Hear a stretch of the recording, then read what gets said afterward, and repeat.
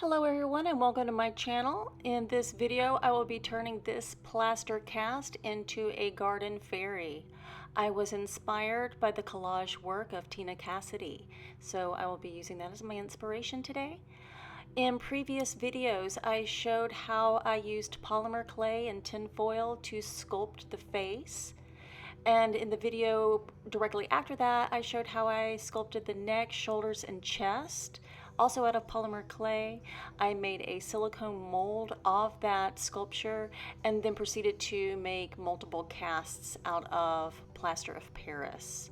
After the cast had dried, I sanded it down and put a couple of layers of gesso on there to prepare the surface for the upcoming sculpture process. I am here mapping out where the ears will go and the hairline. I'm going to start off by creating the hair with polymer clay and adhering the clay to the plaster cast with liquid polymer clay.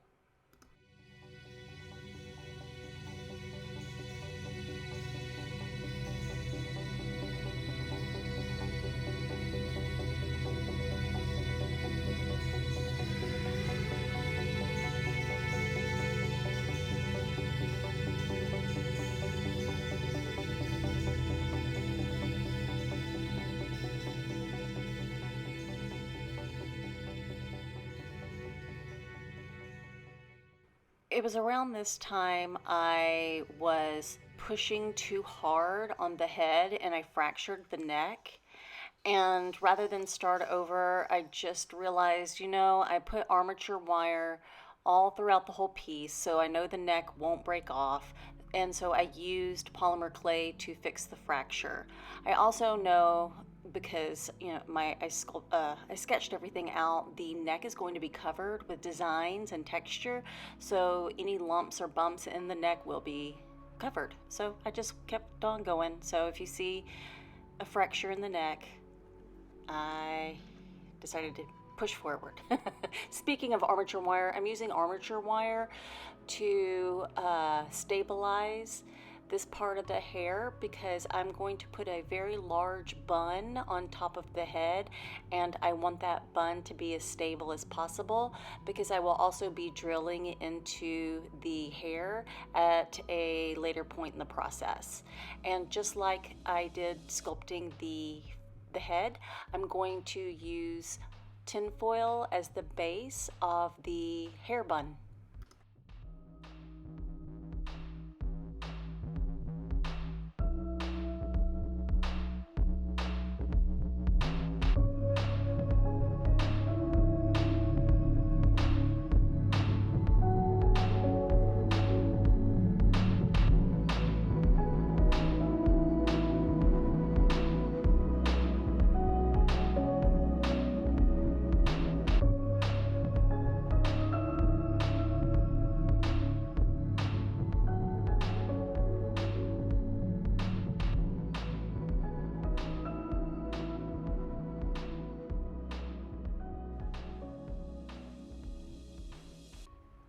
After I place the bun on top of the armature wire, I'm going to take some liquid polymer clay and paint it over the face, neck, and chest because I want to really smooth out the texture on the sculpt.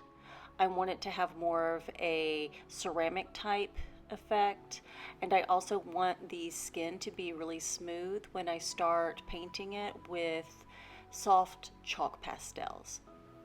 Here I'm using air dry clay to sculpt the ears. I had not originally planned to use air dry clay, like paper clay, to sculpt the ears. I was going to use polymer clay, but because I snapped the neck and then the hair was beginning to get wobbly in the oven, I decided to add epoxy sculpt in a scrunchy style part to the bun, and I didn't want to put it back in the oven, so I decided to sculpt the ears with the air dry clay.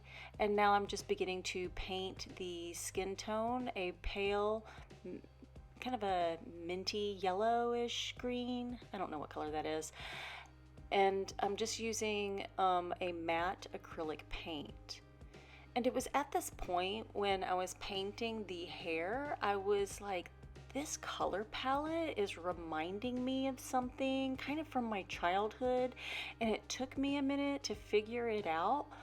But it was at this point I was like, you know, this is reminding me of the little buddy of the Jolly Green Giant named Sprout. This guy. So yeah, I was really reminding myself I just needed to trust the process and keep going, that I wasn't actually making Sprout. And after the hair was painted, I put a dark wash on there to seep into the crevices, and then after that was dry, I did a dry brush of a lighter, paler shade on top just to give the hair some dimension. And here I'm sketching out the eyes, but I kind of wipe those away later. And these are what I call my Nana napkins. I use these to decoupage, and in fact, I have a few of these napkins left, but I used these to do one side of this dresser, which is a makeover I did, and I'll leave that in the description below. I only did one side because I ran out, and then I did poppies on the other side. And I decided that with this napkin that this was going to suit the sculpt and what I had planned the best. It was a good size, and they had the stems on it, which you'll understand why later on in the process, why I picked the stems.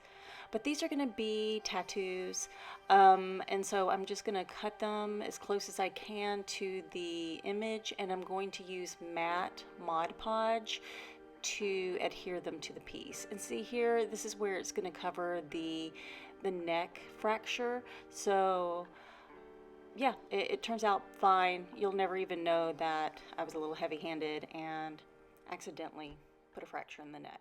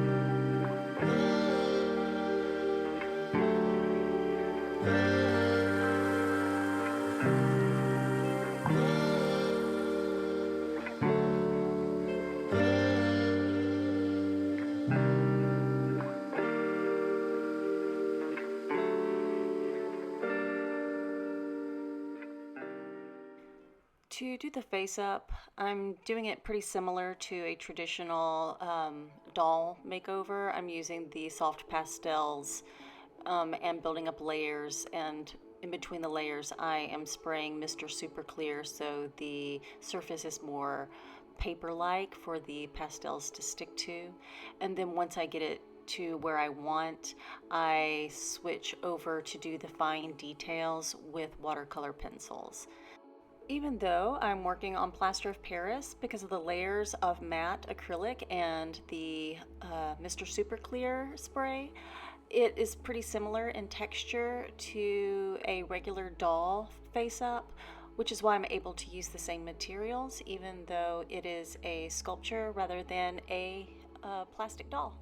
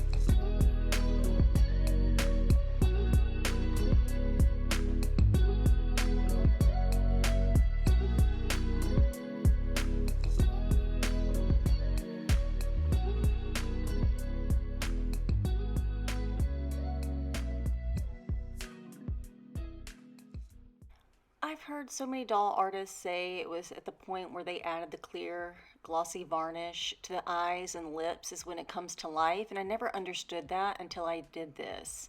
Because this is my first art doll. It's not going to be my last because I had so much fun, except for this part. This part was literally the hardest part of the entire piece. Getting these to stick, I cut out about 10 minutes of me struggling and just added this part because it looked like I did it so professionally. But it's all lies, it's lies and editing. And now it's time to create the garden for my garden fairy. I'm using old flowers that I found in my little box of things that I've made in the past. And so some of them are going to be polymer clay, some of them are going to be air dry clay. And I'm painting them all with a primer layer of gesso, and then I'm painting them according to the color palette that I've chosen for this piece. And I'm using pan pastels, they're soft pastels, to paint or dab into the middle of each one just to give them a little bit of dimension. And then once I get them looking how I want, I'm going to take a hand drill and drill little holes. And for extra stability for each piece, I'm going to, in the hole, I'm going to put a head pin, a metal head pin. Head pins are used a lot in jewelry because they have a ball of metal at the tip. And so I painted each of the little balls with gesso and a pale yellow.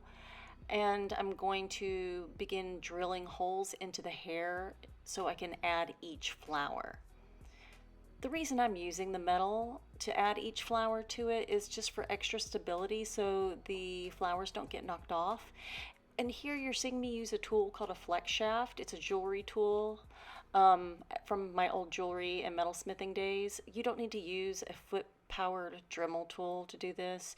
You can use a regular Dremel, a nail art acrylic drill, or even just a handheld drill. Because you're just drilling the tiniest of holes. They're the exact same size as the metal wire.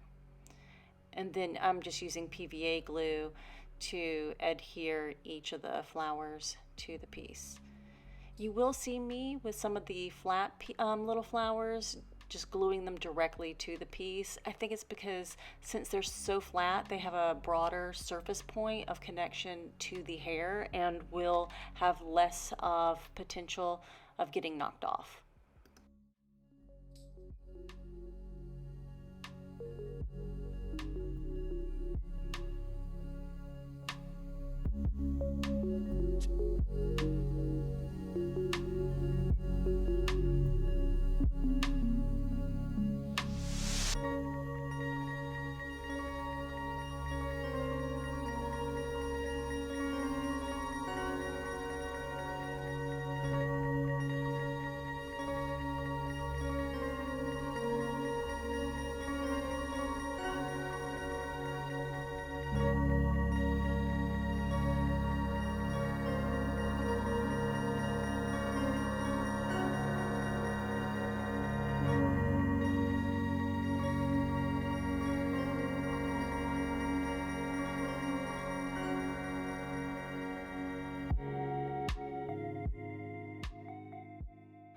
And now it's time to build up the shoulders using epoxy sculpt. I'm building up the shoulders because that's the part of the illustration that I showed in the beginning that I really liked. I liked that they were big and pointy and they had flowers growing out of them.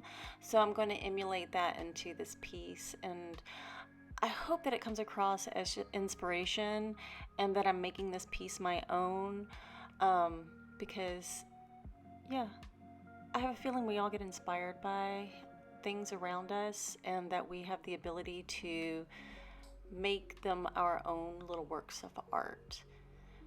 Once the clay has dried and I added a layer of gesso, I'm going to go in with my matte acrylics and then just layer from medium green to dark green to get the effect that I want. And this is what I meant earlier when I was like, I don't worry about the neck because it's going to be covered in tattoos and texture. And this was my idea from the beginning. So hopefully that will hide any of the breaking points from earlier in the piece. I am adding static grass at this point, and I know some people have this little machine that adds static electricity to the grass to make it stand up on end, but I don't have one of those. So yeah, I'm doing what I can.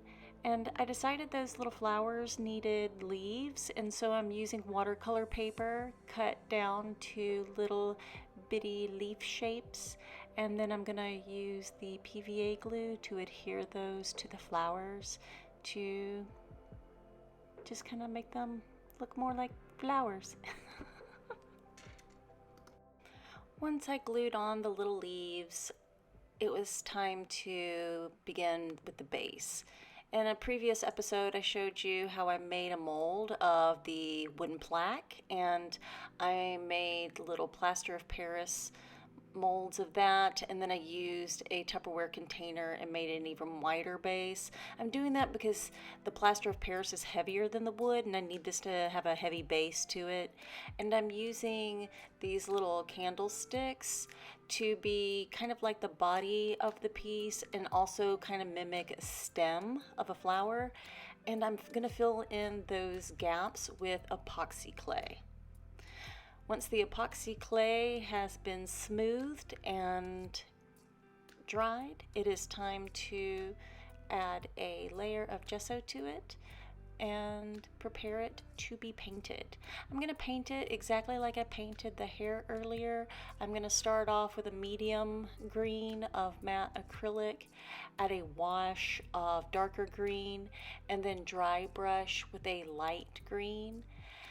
And you'll see in a little bit that after I finished the dry brush of the light green, it was a little too light, so I went back in with some matte Mod Podge with a little bit of black paint in there and did a layer of that on top, which ended up looking great and added a little bit of dimension to it.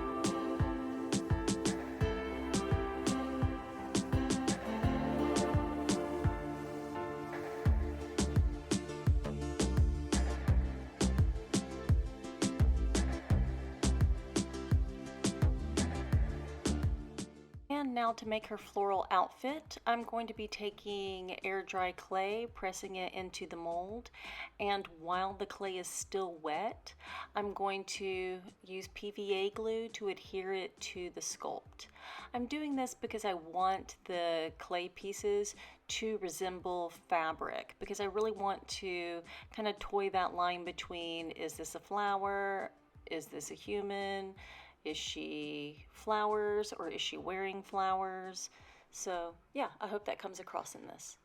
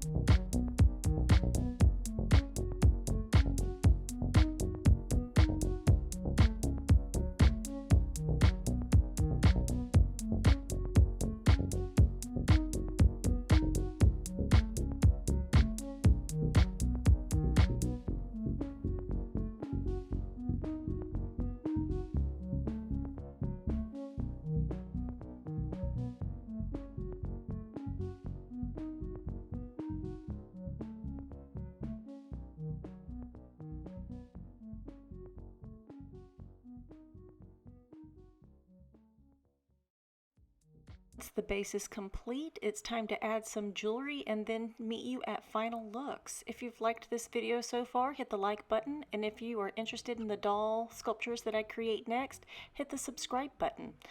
And with that, here's some jewelry, and then I'll see you at final looks.